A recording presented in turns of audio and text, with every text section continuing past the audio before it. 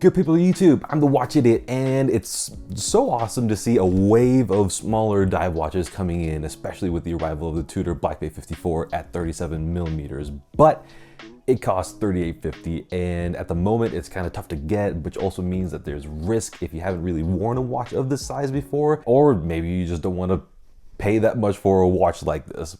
So in this video, I'm going to go over the two amazing Seiko divers that are pretty much the same size as the Black Bay 54 that you might want to buy to experience the size of the Black Bay 54, or maybe just buy it instead of the Black Bay 54. And the two watches in question are the SNE569 and the SKX013, although the new 38mm SRPK line are, that's also applicable here, since in many ways it's the SKX013 reincarnated. And yeah, I absolutely love both of these watches, and actually the SNE569 was my most worn watch of 2021, like way over the Blackberries, way over the Black Bays of that year. Oh, and I bought the 38mm SRPK, and it's incoming very, very soon, and I have a Black Bay 54 incoming as well, so subscribe if you want more videos on them in the future. So okay, let's get into it.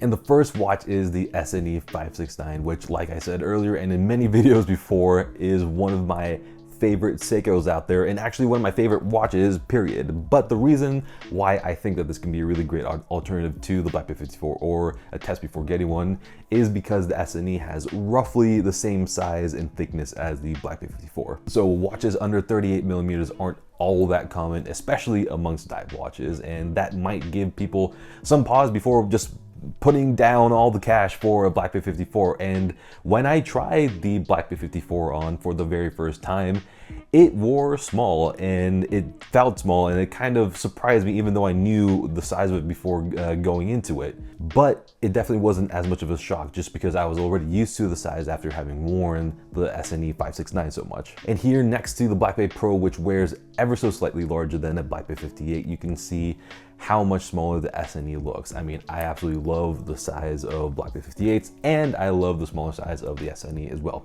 Variety is always a great thing. But that being said, it doesn't look tiny thanks to the muscular lugs, which helps give the watch a bit more wrist presence than you would expect from a watch like this. Also, the other great thing about the SNE is that it comes in at only 10.7mm thin, which is amazing. I mean, any sports watch that comes in at 10.7mm is considered to be pretty thin, let alone a 200-meter diver. The thinness is obviously because of the solar quartz movement, but the thinness of the watch is definitely felt regardless. Thinness is important here because the first thing that struck me about the Black Bay 54 was just how thin it felt, and it just felt bizarre, way thinner than the Black Bay 58, which is, sure, in the grand scheme of things, relatively thin, but the slab sides raised its profile a little bit more. And yeah, just the Black Bay 54, on the other hand, is just thin no matter which angle you see it from, and I think that is just fantastic. So yeah, one of the main reasons why I got the SNE was because of the smaller size. I mean, I wanted a dive watch of the size, and I just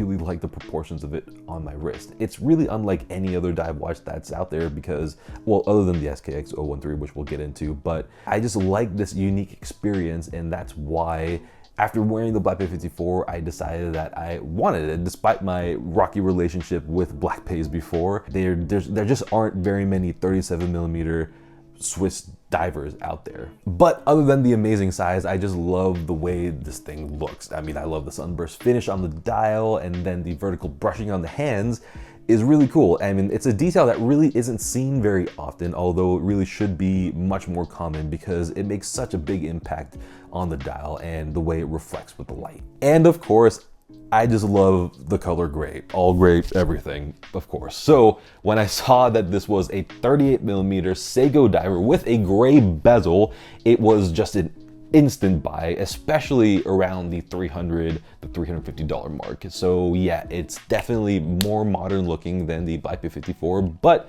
it's still absolutely fantastic watch entirely on its own merit. And yeah, definitely one of the best watches in this size range and price point for that matter.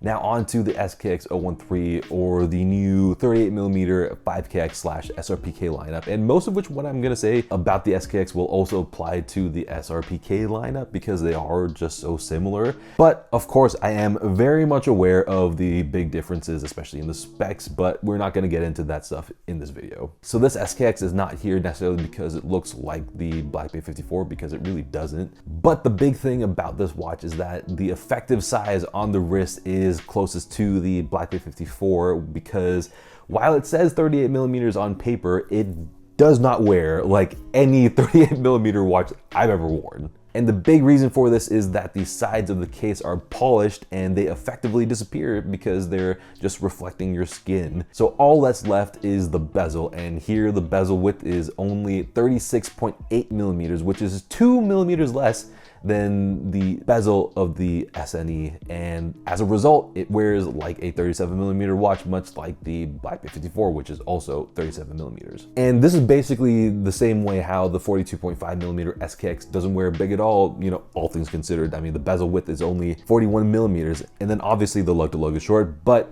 the big part of it is that bezel width. So yeah, you'll read 38mm all over the place, but just know and prepare yourself that the real thing is gonna wear smaller than your average 38mm watch. But other than the great size, I just think that's an absolutely incredible looking watch, because I think that it's better proportion than the SKX007 because of the longer lugs in relation to the case size, although the lug to lug is still very short, 44.6mm, and it's obviously got a 20mm lug width, and it just feels different compared to the rest of my bigger dive watches, you know, 40mm and up. Yeah, I don't own a dive watch that wears as small, or I don't own very many other watches in general that wear as small as the SKX013, and that's why it's so special. Large dive watches have their place, no doubt about it. I love my Pelagos, but having a sub 38mm dive watch is a very nice change of pace. But going on with the SKX, you get the classic SKX look, which is so unique no matter how many watches someone may have. I mean, I wear so many watches and so many Seiko divers for that matter, and yeah, just whenever I wear any of the SKXs that I have or the SSK GMT, I fall in love with them all over again, because they're kind of like just like your favorite pair of pants or favorite t-shirt. It's just simple and old, but you know, they just make you feel so comfy and so content with life. And all that despite me pretty much hating the 7S26 movement, but yeah, that is for another video. Also, I should note that the bracelet here is not the OEM Seiko bracelet. It's one that I got from Long Island Watch a while back, and the biggest advantage of this exact one is that it tapers from 20mm down to 16mm, so it's got that magical 4mm taper. So yeah, there you have it. Let me know down in the comments what you think about these three watches and watches in this general size range. And as always, if you enjoyed what you saw and if you want more information on the SRPK and the Black Bay 54, hit the like button and subscribe button and all the good stuff that you do on YouTube. And until the next video, good day.